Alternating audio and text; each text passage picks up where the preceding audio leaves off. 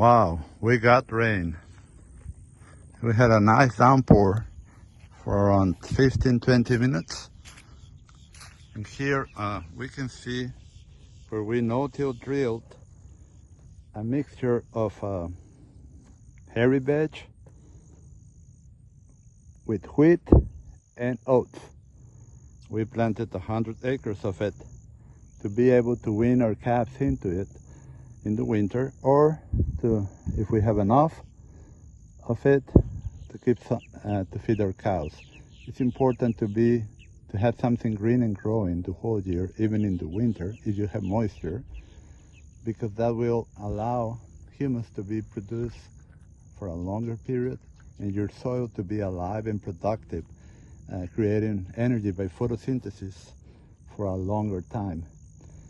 Having something green most of the year will improve your soil the fastest and has many other good things for wildlife, for insect life, and economics. So it all comes together. Here I would like to show you where we have used the keyline plow to try to maintain the water in the ridges. This is important as we want to keep the water that falls first in the soil where it belongs, and by increasing the organic matter or humus content by sequestering carbon from the atmosphere, we can hold the water in the soil instead of it being lost to the atmosphere, rivers, and ultimately to the sea. The water vapor in the atmosphere is very high, and we need the water to be in the soil. And besides that, here we also planted, but a different crop. We planted with the no-till drill, never use any chemicals because that will affect the soil life. We planted a mixture of a hybrid, a kale with rape hybrid, and we also planted these little tiny things that you see there. Those are sweet clover, like this one here. That's a sweet clover plant that can grow up to 3 or 6 feet tall if the soil is good, and here we have good soil. So first we do the keyline plow after mowing and grazing it off because it was full of brush and weeds, thorny brushes. And then we plant the rape kale mixture with the no-till drill along with the sweet clover.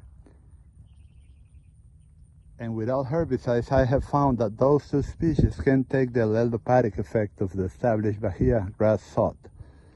So you have to do trials in your own land and find ways to keep something green and growing most of the year to where you can get 2 or 3 purposes out of that single job. Here we're trying to regenerate this land the fastest while achieving maximum profitability. And this mixture, or these things we are doing, is what I think, and I have had the experience in other ranches in this same environment, that will give the best return for your money.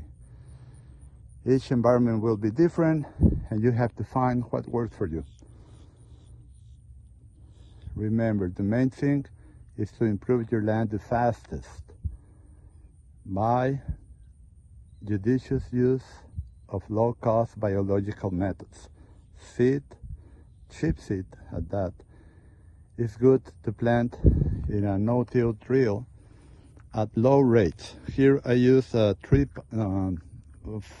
pounds of the rape hybrid and 5 pounds of the sweet clover per acre. That gives us a very low cost. If we want to keep costs low, we should only plant 2 or 3 species, sometimes only 1, because we need a pioneer species. I know that many people talk about using complex mixtures, and that's okay once your soil has enough humus content to accept those climax species.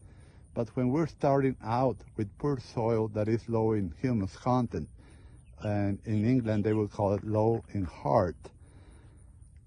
We need to use pioneer species that will colonize the soil with the appropriate microorganisms, and legumes and brassicas are very good for that.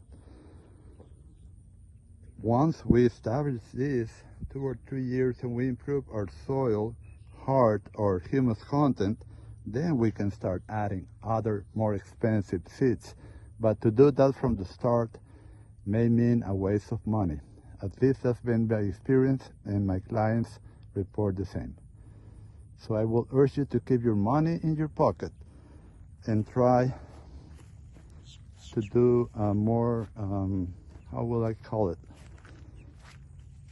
A more low-cost approach, more fail-safe approach. Like here we only planted the oats with